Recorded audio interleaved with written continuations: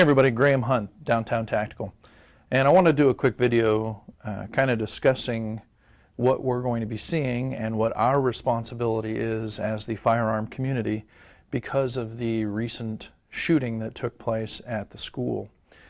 You're going to be seeing people who are not members of the gun community, the media and alike, maybe friends on Facebook, that are not members of the firearm community, kind of going and reacting to this situation based on emotion. And it's important that while we're all grieving and we're mourning and the violent acts of that individual should absolutely be further examined and, quite frankly, should have been prevented, and from what we're seeing so far could have been prevented had people reported what they had seen. But as members of the firearm community, it's our responsibility to correct inaccuracies. Some of the things that you're going to be seeing, if you haven't already, is you're going to see the phrase assault rifle. It's important that as we're talking about this, that we don't use the same language, that we correct them and say, first of all, it is not an assault rifle. You can go as far as explaining what the AR stands for with an Armalite rifle, developed as the platform for Armalite rifles. That may or may not be something that people are interested in, but it's something to point out that it's not an assault rifle. It's also important to note that there is no such thing as gun violence. Guns, as you know, are equipment. They are tools that are utilized. They don't have the ability to operate violently or peacefully.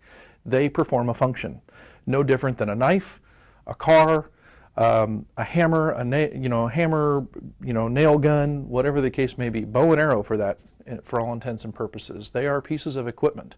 They have no ability to operate violently, peacefully, in any way, shape, or form. Guns are not inherently violent. What we need to make sure that we're discussing is that people can be violent, and that people and behavior are the focus. What are things that could have been done to have addressed the mental instability that this shooter and other shooters have had? The discussion needs to be around mental stability and outcome-based treatment. Those are different discussions and for a much longer video, but it's important that we go out and we correct the media's inaccuracies. You'll also hear phrases that there needs to be more gun laws, gun regulations, and that that we could prevent all this if we had more regulations. Well, we already know that that's not true. You and I know that, but the gun community don't know that. You'll hear phrases about gun show loopholes. Most of the people that are saying those types of things have never been to a gun show. They don't understand the community that we live in. And it's our job right now to, being sensitive to the fact that there are people that are mourning and there are people that are scared and there are people that don't understand the firearms because they weren't raised around them, haven't experienced them in a way that we have, don't understand them. You'll also hear things like, oh, it was a semi-automatic rifle. They use the phrase semi-automatic because most people don't understand, if they're not in the gun community, what semi-automatic means. They think that that's just like an automatic rifle. So it's our job to say, whoa, whoa, whoa, wait a minute. Semi-automatic, one pull, one bang, making sure that people understand that semi-automatic has nothing to do with the issue. The gun had nothing to do with the issue. There is no such thing as assault rifles, and there is no such thing as gun violence. I had a discussion with somebody on Facebook this morning where they were saying another gun massacre. There's no such thing as a gun massacre.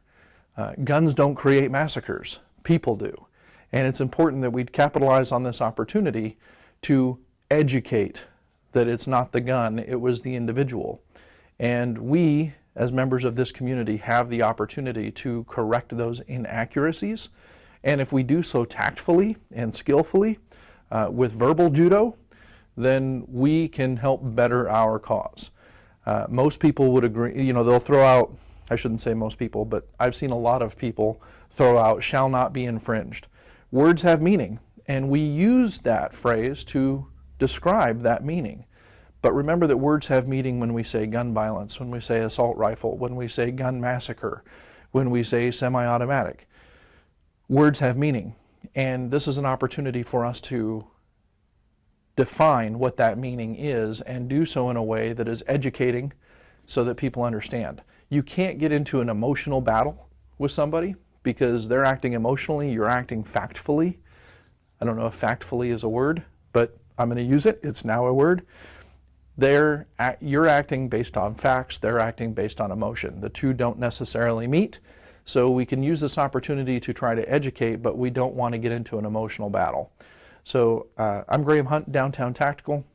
Our thoughts and our prayers are with the people that are mourning and dealing with this violence, as well as those who don't understand this community and need to be educated. We can do that. We can silence the media that is going to go against this and use it as an opportunity to educate.